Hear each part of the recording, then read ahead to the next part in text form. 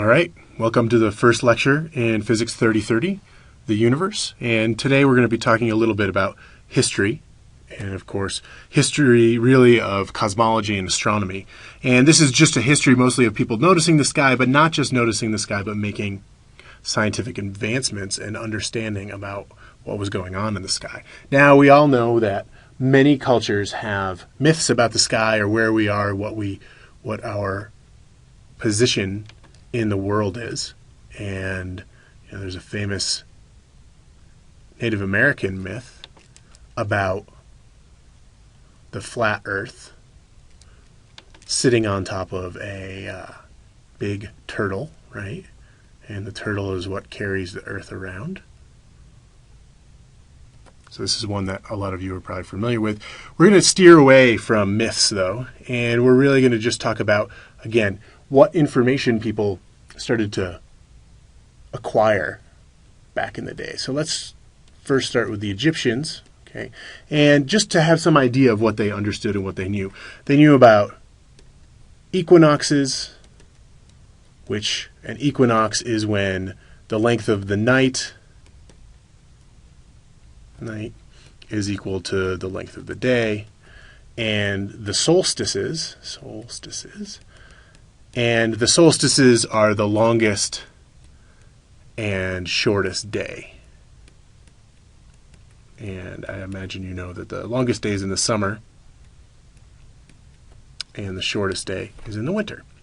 And they also could do things like correlate the appearance of stars. So specifically, they correlated the appearance of Sirius, also known as the dog star. And they correlated this to the floods. So the spring floods on the Nile, which was really useful for them because they didn't have levees and dams to do anything with when the floods were coming. And they also knew about the fact that 1 year doesn't just equal 365 days, but it actually has a quarter thrown in there. So it's 365 and a quarter days, which is, of course, why we have the leap year, to make up for this quarter of a day that comes every year. And the Babylonians, who lived in what's present-day Iraq, were around, they overlapped a little bit with the Egyptians, and they could do things like calculate when eclipses would come, calculate the appearance of these eclipses, and predict them.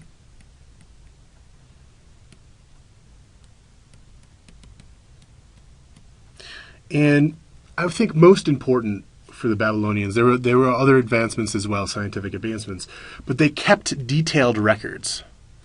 And this is really the key here. They used something called cuneiform, which is impressing little nicks and lines into clay tablets. And because they kept these detailed records, they passed on information, not only their information, but the information of the Egyptians. And this eventually made its way to the Greeks, who we'll see were very, very important in this whole scientific process. Let's show a picture of this cuneiform. So let me close this ink layer. So here's a picture of the cuneiform, and you can see there's little impressions here and there. And you just turn the stylus and move it around and impress. And there's a whole alphabet and a whole language here. And this information in this tablet was known to the Greeks. So when the Greeks found them, they knew what the Babylonians and hence the Egyptians had been up to. Okay, so back to another clear slide here. Let's start with the Greeks. Come on now. Here we go.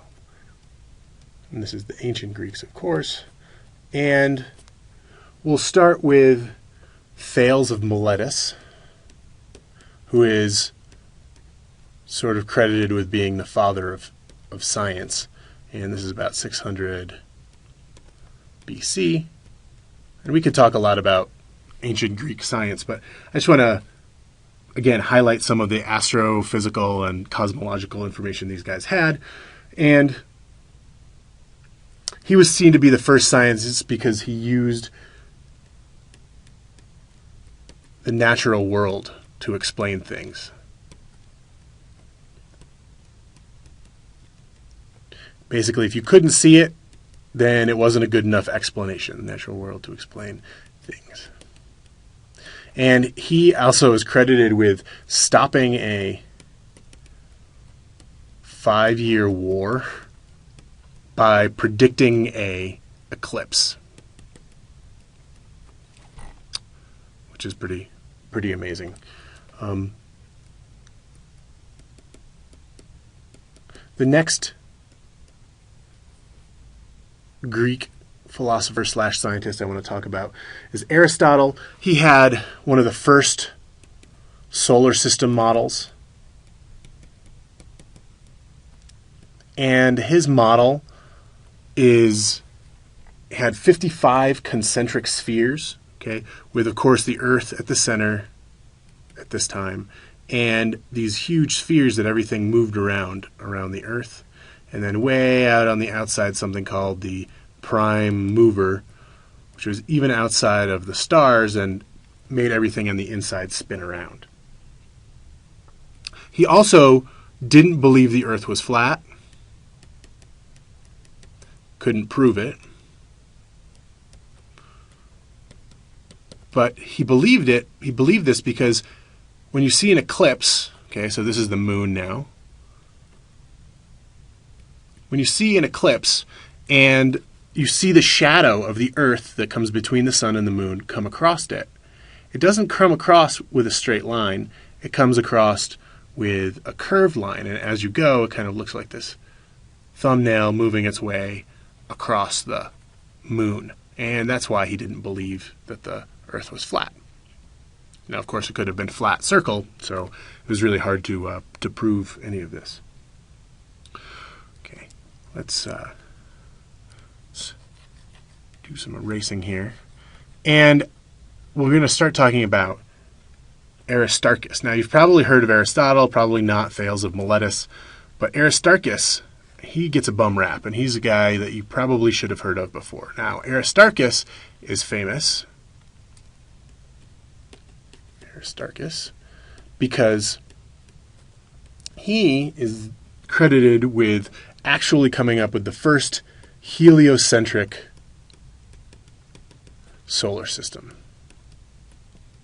And as we'll see, this is sort of a theme that keeps coming up over and over again. This is a very easy way to predict how things are moving around out there, how the planets move around us and how the stars move around us.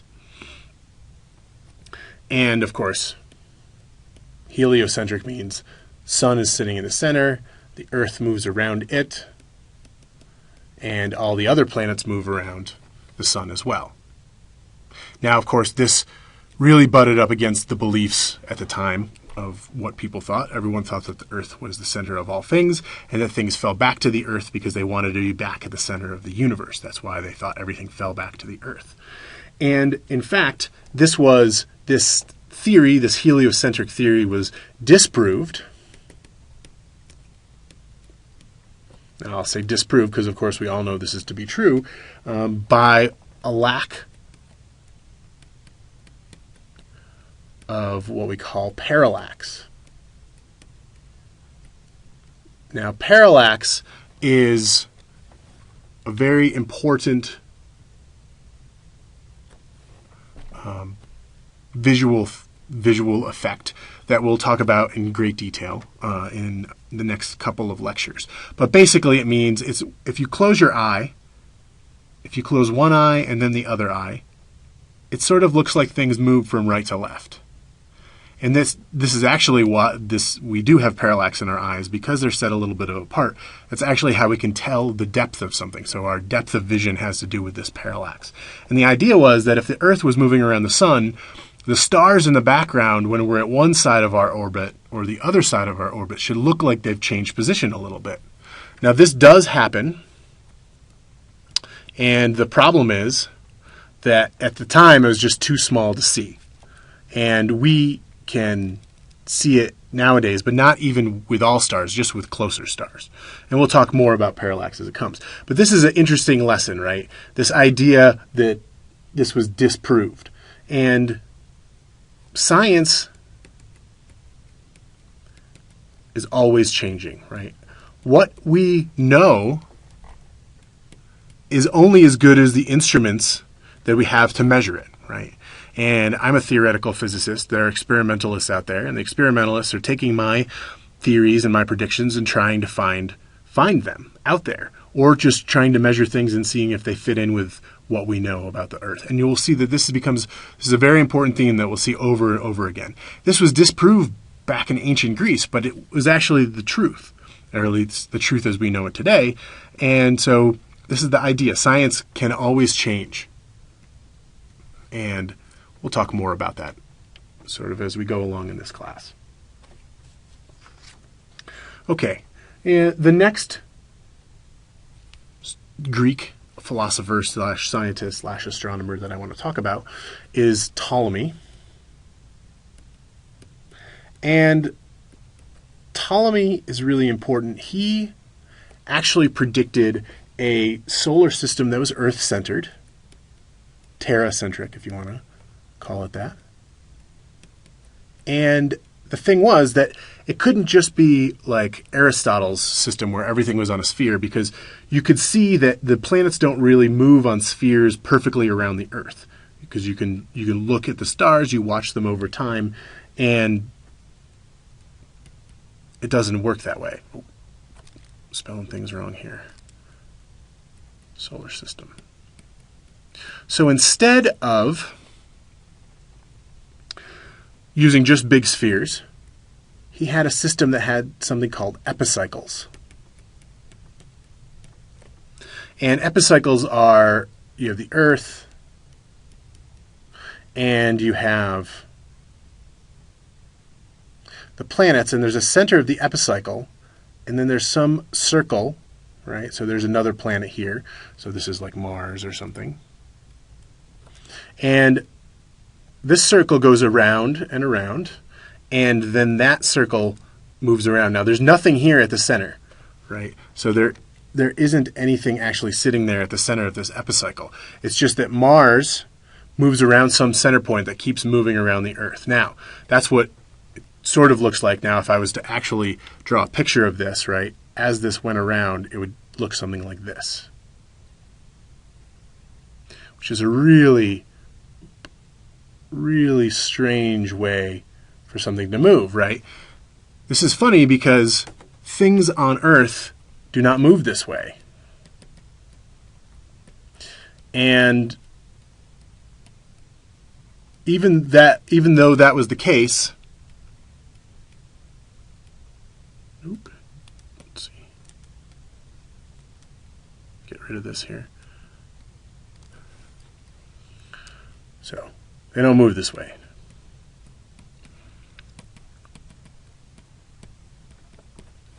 And even though we never saw anything move this way, we were so ingrained to have the Earth at the center of everything that we said, okay, this is a really complicated system. Nothing on Earth moves this way, but we're going to accept it. And until the 1600s, this was the accepted way about how everything moved. And you could predict how things move, but it made the math pretty complicated, as you can imagine. Okay, now I want to sort of recap a little bit here about the Greeks. So, Greek recap.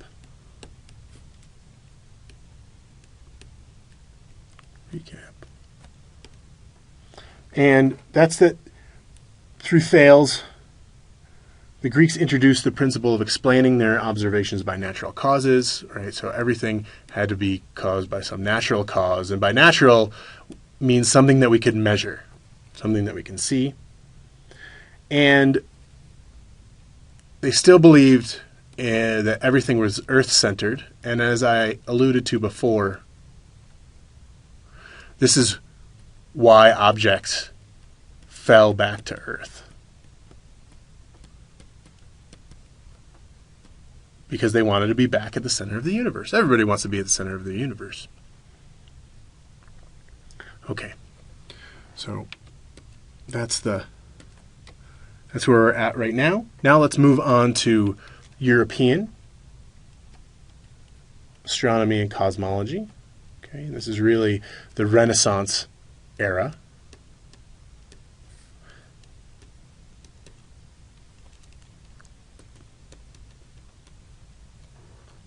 I throw in astronomy and cosmology there. People were thinking about cosmology at this time, but so much of it was steeped in mythology and religion and different views that it was really the astronomical advances that we're thinking about here. Now, these are names that hopefully ring a bell a little bit to you as we go through the list of European astronomers.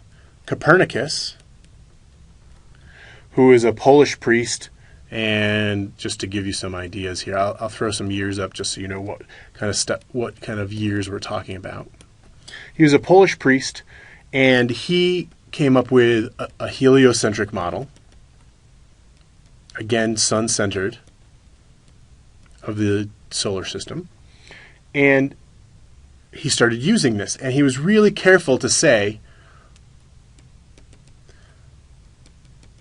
it's a good mathematical tool,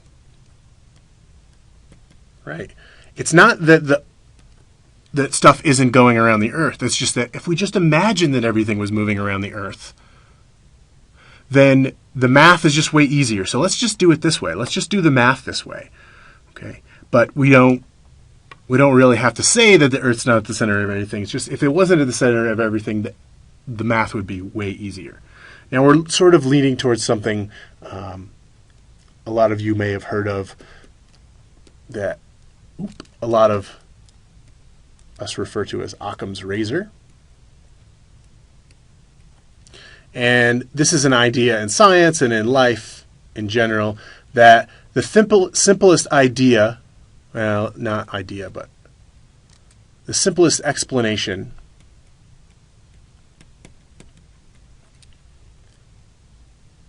is often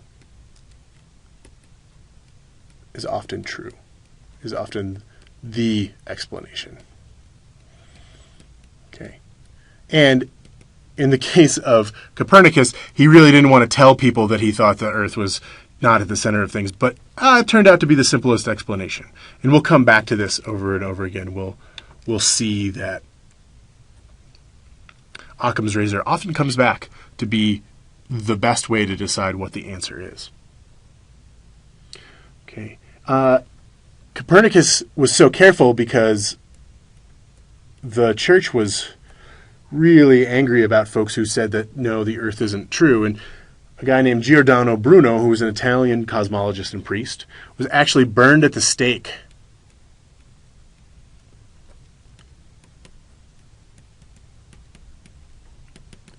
In 1601 for saying that he believed in the Copernican idea. Okay. So it meant a lot to actually try and change these ideas of what was going on. So let's talk about a Dutch nobleman named Tycho Brahe. I really like his name, Tycho Brahe. And he was a nobleman, lived from 1546 to 1601.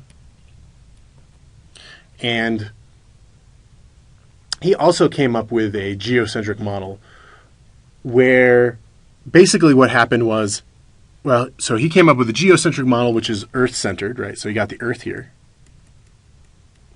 But he was so in tune that he had all of this data So he collected a lot of data. A lot of data. And he had this way of taking data and measuring it really accurately. And he had a lot of data to work with. And the data just made it seem like everything was orbiting the sun. Right? So you got, let's say, Mars here or something. Everything is orbiting the sun, except that he could not let go. So he said, okay, what's happening is everything is orbiting the sun except the Earth. The sun is still orbiting the Earth. So basically you've got this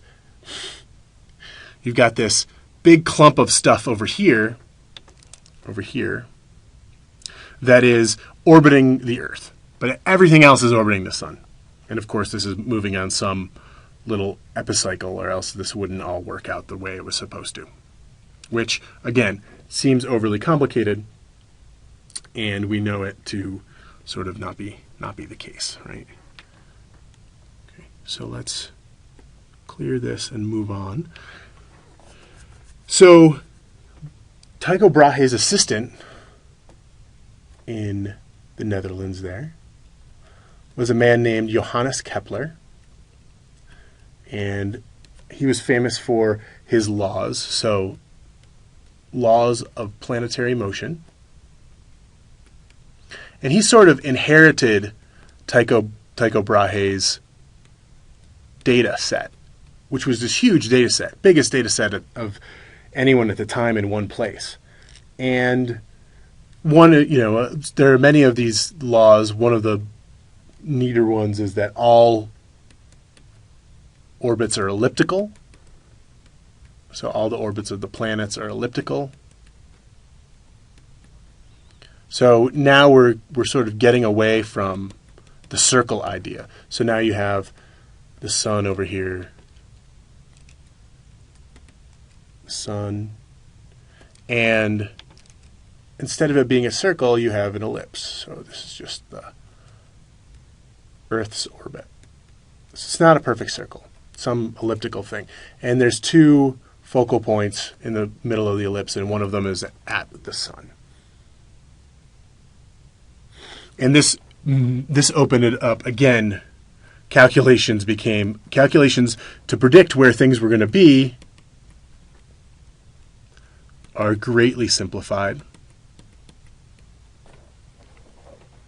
And he was, again, also careful not to really talk about what was at the center and what was moving around. He also said, well, this is just really good math.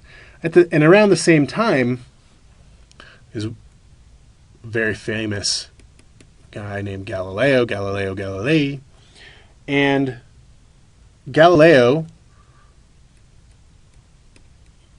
used a new tool of the time called the telescope, which all of you probably have looked at or used. And he used a telescope to look up at the sky, which it was hard to see things far away. And one of the most important observations he made was the 4 moons of Jupiter. And when you look at the 4 moons of Jupiter, you see these big things. They're about the size of the Earth. They're at least as big as our moon.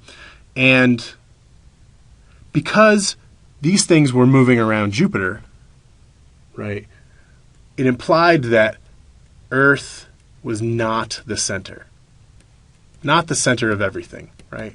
If Earth was the center of the universe, then the moons should be orbiting the center of the universe, which is the Earth. And so this was a huge earth-shattering idea that there's moons around Jupiter, they're going around Jupiter, and they're not going around the Earth. And so this started to put some cracks in the walls of what was held dogmatically at the time to be the belief, which was that the Earth was at the center of everything. And then he had another observation, which were the phases. Let's go back to black here, of Venus. So if you look at the planet Venus, right, that's inside of us. It's a planet closer to the sun. And if you look at it through a telescope, you see that it has phases just like phases of the moon, right? There's shadows on one side of it, and because of what side the Earth is on the sides of Venus. And these phases could only be explained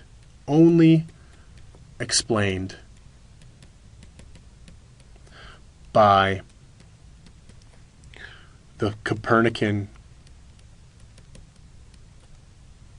/ Keplerian model. And this was it. This was the beginning of the end of the geocentric model of solar systems. And of course, Galileo was greatly appreciated by everyone at the time, and of course he was put under house arrest for the rest of his life by the Catholic Church for such crazy ideas. And of course, he did publish some papers and snuck out some papers out of his home to thankfully pass on this information that, of course, we know to be the truth nowadays. So, one last guy I want to talk about, and that is one of the most famous physicists.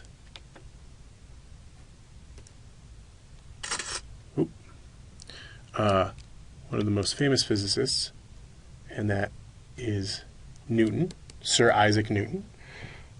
And I want to talk about Newtonian gravitation, but so Newton was around from, 1642 to 1727, something like this.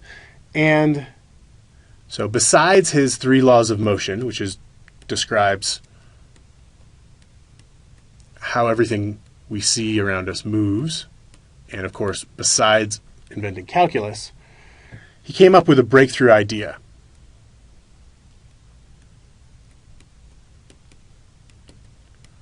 Okay, and this idea was that the same force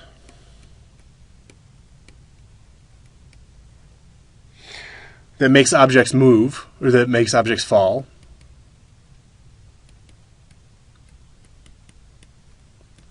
on Earth,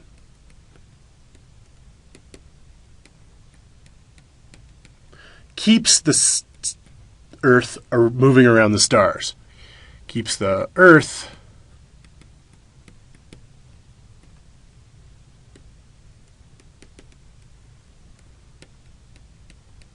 around the stars. Okay, so the idea here is let's just play a little game, right?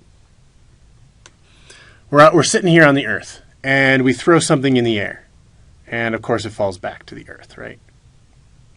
Whatever goes up must come down. This is what we see. Now you're on a flat Earth. And at the time now they know the Earth is round, but okay. Throw this straight up, comes back down. And he says, well, I could also shoot something like in a cannon. So this is me maybe throwing a ball. This is just some little ball, right? But I could also shoot something out of a cannon. Okay, and I can shoot it really far, right? So shoot it out of the cannon. Here it goes. Falls to the ground over here. But then he said, well, the same thing, right? If I just shot it far enough. So instead of shooting it out of there, maybe I could shoot it far enough that it would start going around the Earth. But what if it just kept going? What if it's this some perfect amount of speed that it just kept going in a circle around the Earth? Now, there has to be something pulling it in this direction, right, to make it keep curving around the Earth. Because that's what's happening here, right? This thing is going down. Here it is. This thing is going down, but it gets pulled back to the Earth, back towards the center of the Earth, just like the ball does, right? And so this thing on the outside, even though it's going in a circle around the Earth, is getting pulled back towards the center. He said, well, that's exactly what the moon does, right? The moon moves around us in a big circle. And why does it keep moving around us in a circle?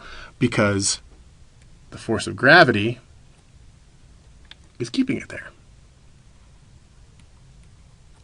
And this may seem like a really simple idea right now, but at the time, this was an amazing breakthrough. And he got this idea, and then he used it to describe everything that was going on around in the closer solar system. So this is the amazing thing, is that gravity actually explains Kepler's laws. One simple equation actually explains Kepler's laws. And so they can be derived from, they're derived from gravity. And this is what we mean by great physics laws, right? You have the law of gravity, and then all of these laws, these three laws that Kepler comes up with, are, though they're all separate laws, they can all come from the law of gravity. And I'm going to just write this equation down for you guys. The law of gravity looks like, there's a minus sign in there, big G, which is some constant, right? Just some constant, times the two masses, how big the two things are, over the distance squared between them. Okay, and we'll come back to this a little bit. We're going to use this equation a little bit later on, and we'll talk more about it. We're going to really be more concerned about just how big the force is anyways, not what direction it is. So let's just forget about that. Let's see if I can just erase that. There, okay. We're going to forget about that. Minus sign for now. Okay, so we'll come back to that in a little while. I want to talk about one more thing before I let you guys go from this first lecture here. Let's talk about one last thing, and that's something called Olber's paradox. Now, Olber was alive around the same time as some of these guys, and that paradox is concerned with one of the simplest observations we can see, and that is that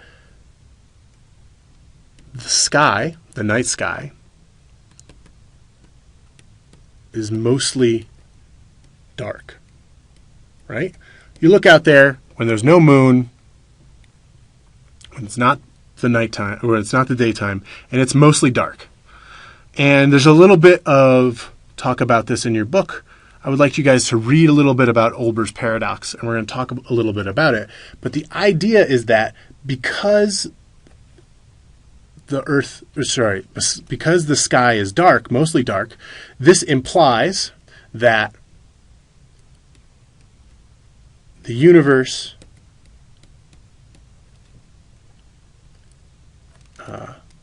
is of finite age, is a finite age. In other words, it hasn't been around forever. And this has to do with the fact that if stars are around forever, and there are an infinite number of stars in infinitely every direction, then there would be starlight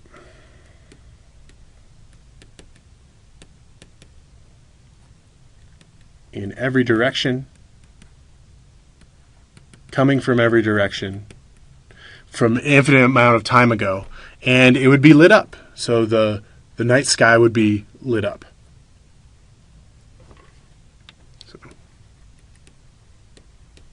night sky would be lit up. Because it's not lit up, the stars must not have been around for all this time. Now, today we know stars die and are formed on the order of 6 or 7 billion years. 6 to 7 billion years, right? Which is about how old our star is. And so there's a little crack in this idea, but this is the type of logic that we're going to start looking at more and more and trying to figure out if we can understand more about the universe. Now, I hope this lecture hasn't been just a list of things that you already knew. Some of you may have known this, some of you may not have, but this is the interesting sort of evolution of our understanding of what is going on in the sky and how we came to start to put together the model. This has really been a history more of anything about the heliocentric model of the universe. And we're going to show how this got proved more and how we can use the same sorts of logic that started in ancient Greece to come up with new and exciting things about our understanding of the universe. So, until next time, thanks.